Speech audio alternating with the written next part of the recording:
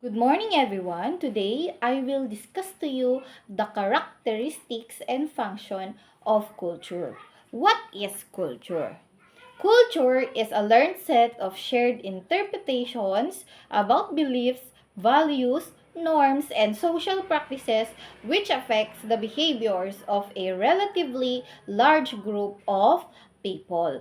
Culture is the sum of total of the learned behavior of a group of people that are generally considered to be the tradition of the people and transmitted from generation to generation. So culture is the way of life or design for living. So, ibig sabihin, ang kabuang paniniwala, kaalaman o anumang nakukuha ng isang individual as a part of society, that is culture. The way we say thank you when something or someone give us something, that is culture. When we pray before eating, that is culture. And this is our way of life. What are the characteristics of culture? First, culture is learned. People learn about their culture through interaction with parents, guardians, siblings, friends, and even strangers.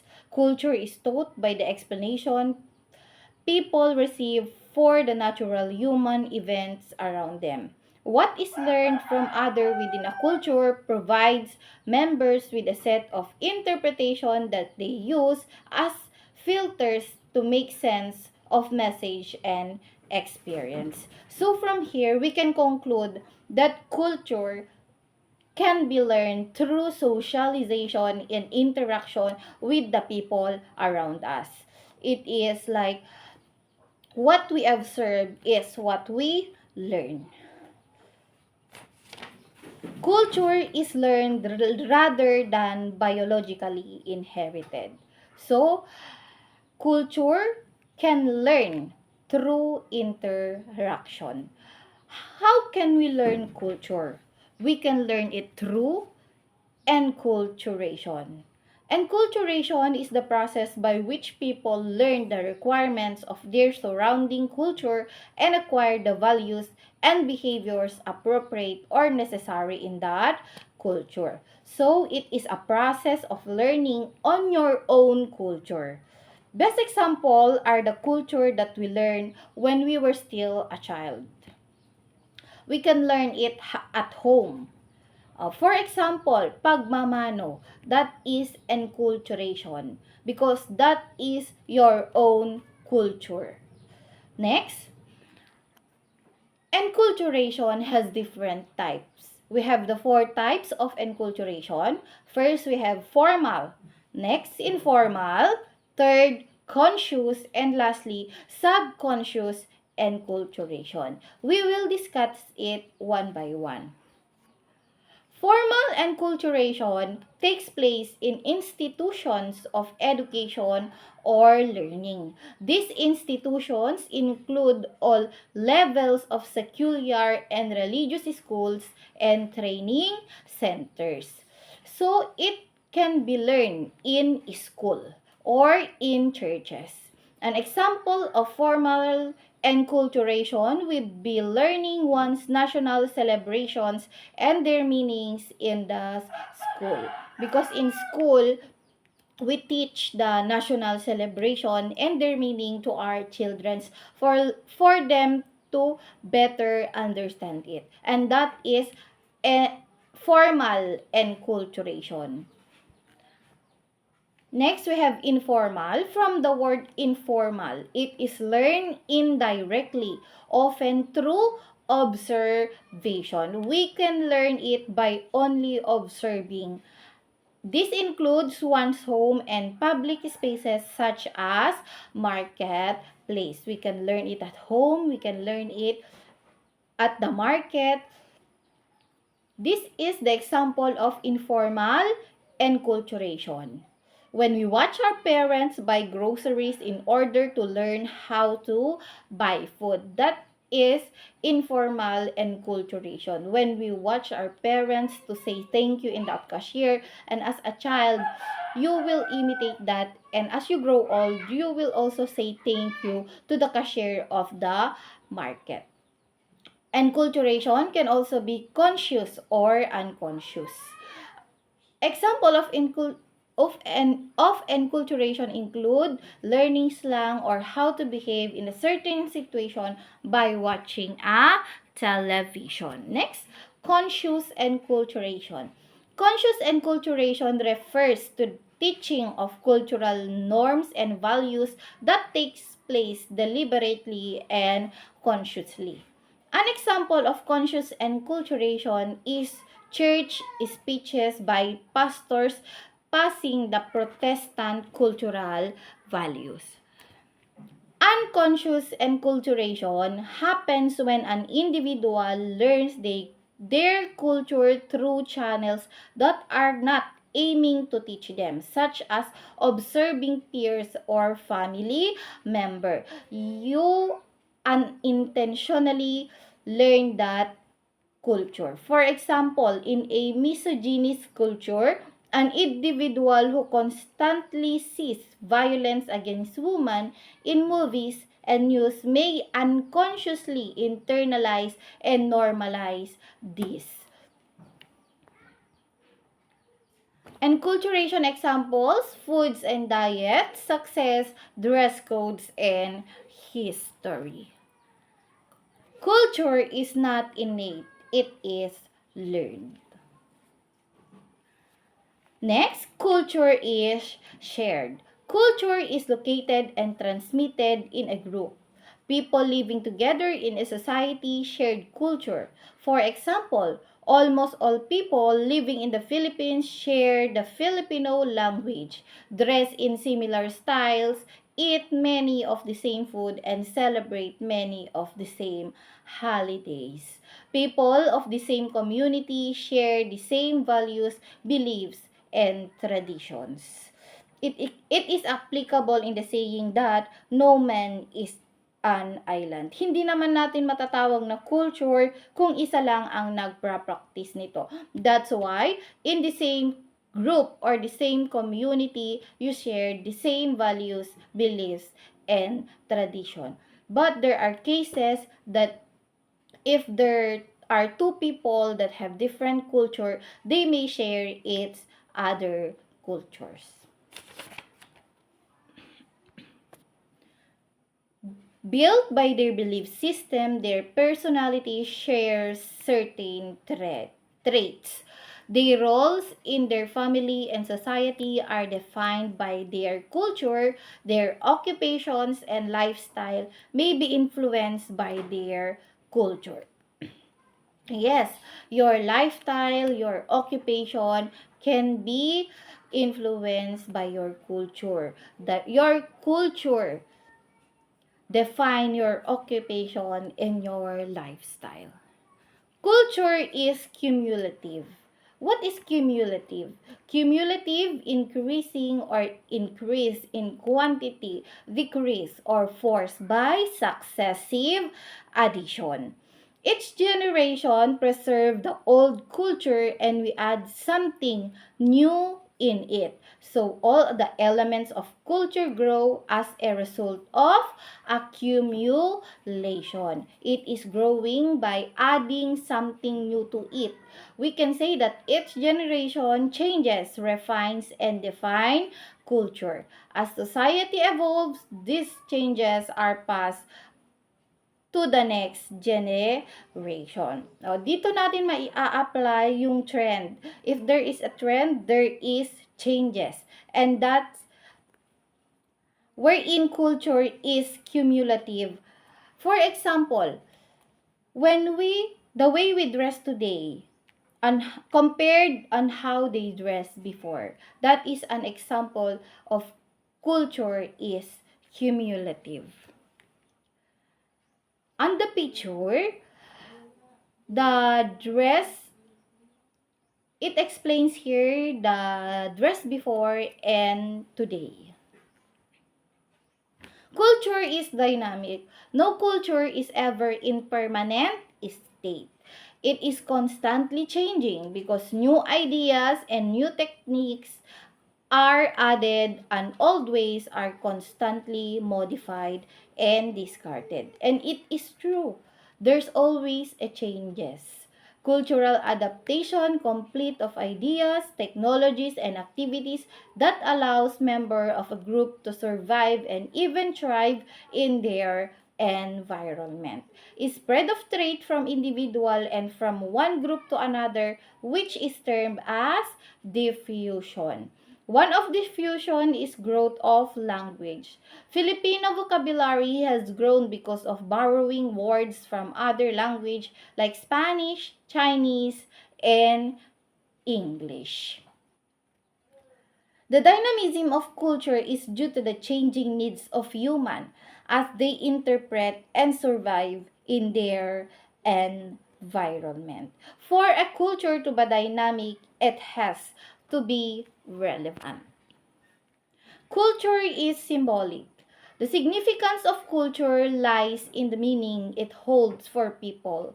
Different culture assigns different meaning to symbols. Meaning is not inherent in symbol, it is given by the people. Yes, human creates symbols and what they represent. As a result, different interpretation can occur in different cultural contexts. Yes, every symbol has different meaning in every culture. Symbolic culture elements include but not limited to language, gesture, values, customs, heritage, music, colors, and many more. So from here, symbols are both verbal and non-verbal in form within cultural system and they have unique way of linking human beings to each other. Every culture is filled with symbols. Some symbols are actually type of non-verbal communication while the other symbols are in fact material object.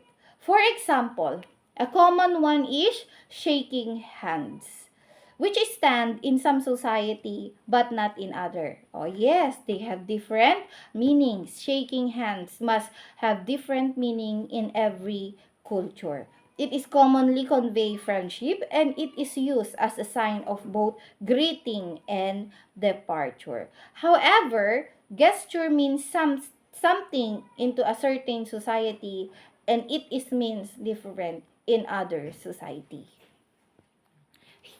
Here are the example of gesture. The number one picture is the horn finger. In USA, it means to rock on, while in Italy, Brazil, Colombia, Portugal, and Spain, it means that your wife is cheating on you. The next picture, it means okay in UK and USA, while in Russia it means zero, in Japan it means money, and in Brazil it means insult. So from the example, we can now already conclude that every symbol has different meaning in each culture. Next, thumbs up. The thumbs up sign in most America and European culture meaning things are according to your plans or something you approve of. However, the going good sign translated into a rude and offensive gesture in Islamic and Asian country. In Australia, it means okay, but if you move it up and down, it is considered as a grave insult. So, the meaning of this gesture must be okay in some culture, but in other culture, it is not. Snapping finger. Snapping finger over and over may mean one is trying to remember something someone has forgotten. In Latin America, snapping finger means asking one to hurry up. In Great Britain and America, one snap fingers when one remembers something or get an idea. However, in many cultures, snapping finger close to someone's face is considered to be an offensive gesture. And that's are the examples of symbol. Culture is symbolic. However, there are other objects have symbolic value for religious region. There are the three most familiar religious symbols. Cross. The cross is symbol in Christianity, the star in Judaism, and the crescent moon in Islam.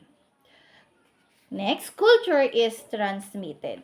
Transmission through idea, passed on the generation using language or other symbolic means of communication. We all know that culture is transmitted from generation to generation, from the old generation to the young generation. It is transmitted on how they teach it.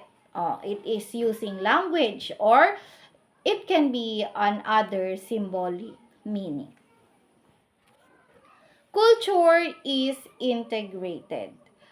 The development of culture is the integration of its various parts. Value system is interlinked with morality, customs, beliefs, and religion. A change in one part of culture usually will affect other part. The various parts of a culture are interconnected. Yes, it is interconnected. So if you change one part of it, it is really affect the other part of that culture. All aspects of culture are related to one another. And to truly understand a culture, one must learn all of its part. Cultural integration is the blending of two or more culture. Integration is only possible when the culture do not have to sacrifice the characteristic that make it unique or makes them unique. Culture integration happen all the time. In what way that the culture must be integrated? One, when somebody moves from one culture to a community with different culture. Integration also occur when two people from different culture marry each other. And another example, when the people from two different culture work in the same office. Of course, there are many situations that culture can be integrated. Integrating culture usually refer to several cultures coming together to form a new multicultural society. And each culture keep its characteristic feature and value. Culture give us a range of permissible behavior pattern. Culture tell us how different activities should be conducted, such a, as a husband, as a wife, as a parent, and as a child. So, culture tell us how to behave or tell us our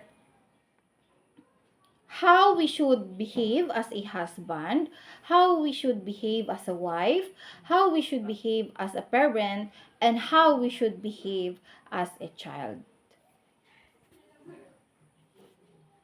Culture, for an instance, tell us how we should dress based on our gender, but it allows us to dress in different ways, in different situations, in order to communicate varied message and statuses. The clothing can be intentionally business-like, recreational, as well as sexually attractive, ambiguous, neutral, or even repulsive. Yes, cultures teach us how we dress.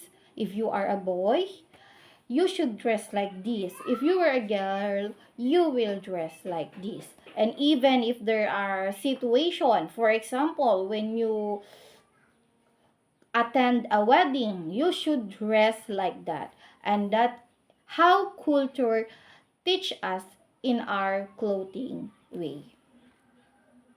Culture is learned from people surrounding us.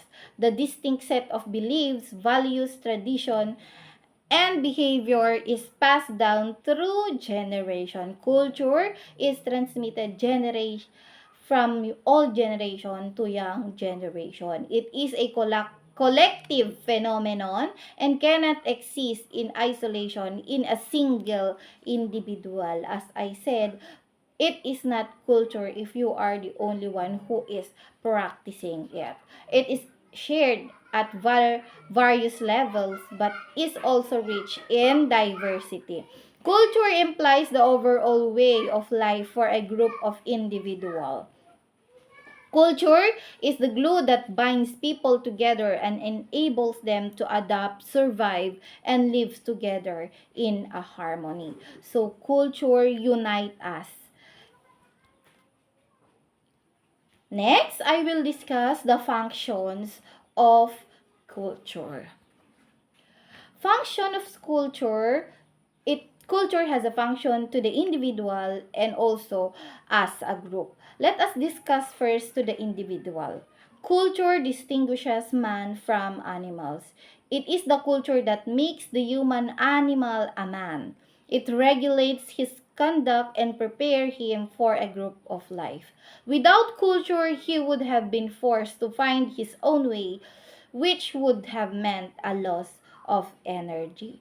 Yes, culture mold us as a man.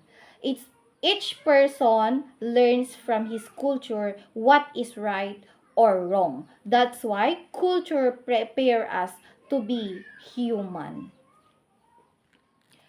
Culture defines attitude, values, and goal. Next, culture defines situations. Culture provides solutions for complicated situations. Culture provides men a set of behavior for difficult situation. In the absence of culture, men would have been baffled even at the simple situation. Culture not only defines but also determines what we eat and drink, what we were, when to laugh, weep, sleep, love, and to make friends, what God we worship, what knowledge we rely upon. Yes, for example, what God we worship. If we are Christian, we worship God. But if we are Islam, we worship Allah. That's how culture defines situation. Culture reveal whether one should prepare to fight, run, laugh, or make love. One must not know what to do until you define the situation. For example, culture tell us when to laugh. Laughing in the wrong place, you cannot laugh in the funeral. So we actually depend on how we behave in a certain situation. And that's help that how culture help us.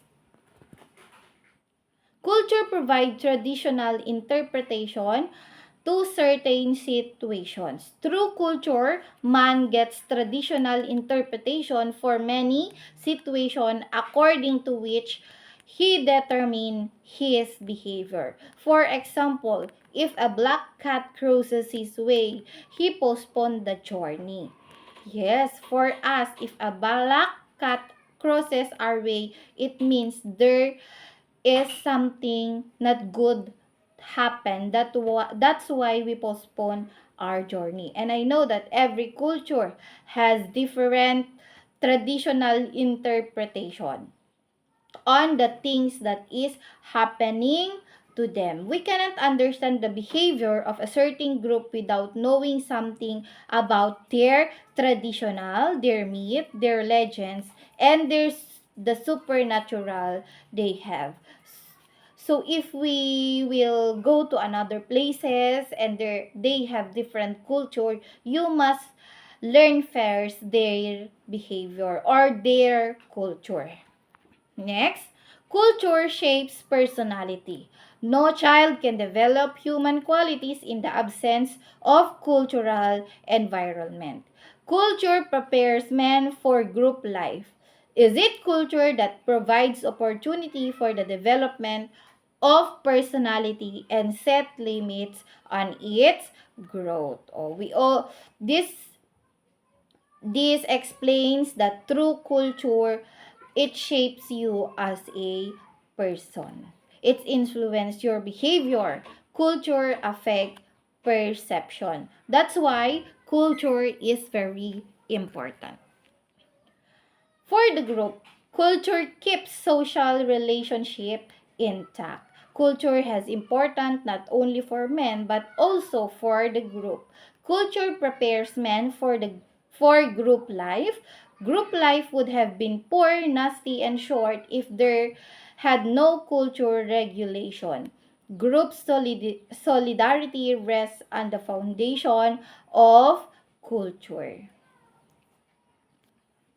Culture has given a new vision to the individual. Secondly, culture has given a new vision to cooperation of the individuals.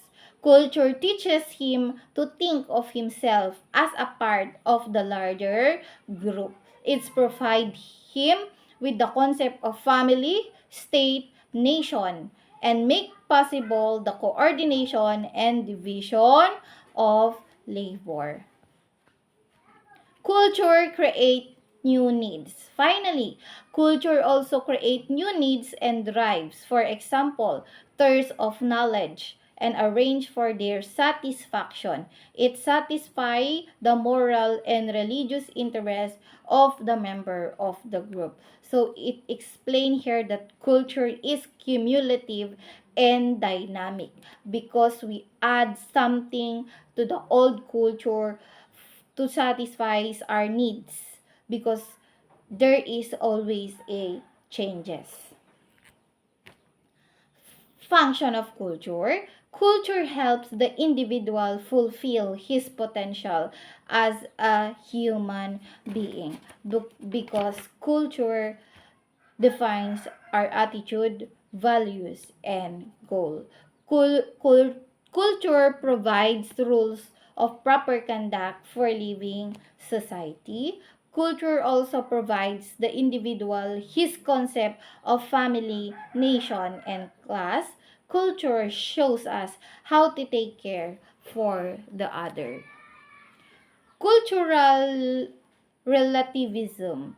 Practice considered immoral or taboo to a certain group of people but are accepted by other group with a different cultural orientation. Yes, as I said,